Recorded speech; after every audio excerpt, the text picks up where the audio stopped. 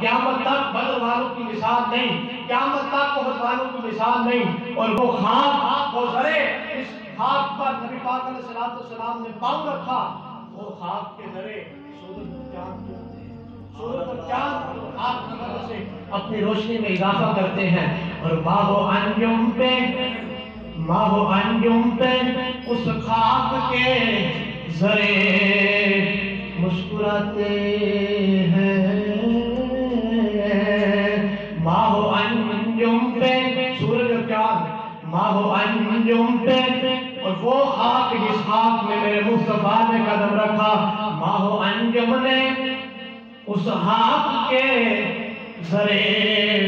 مسکراتے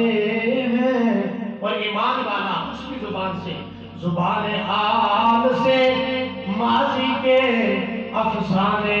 یاد آتے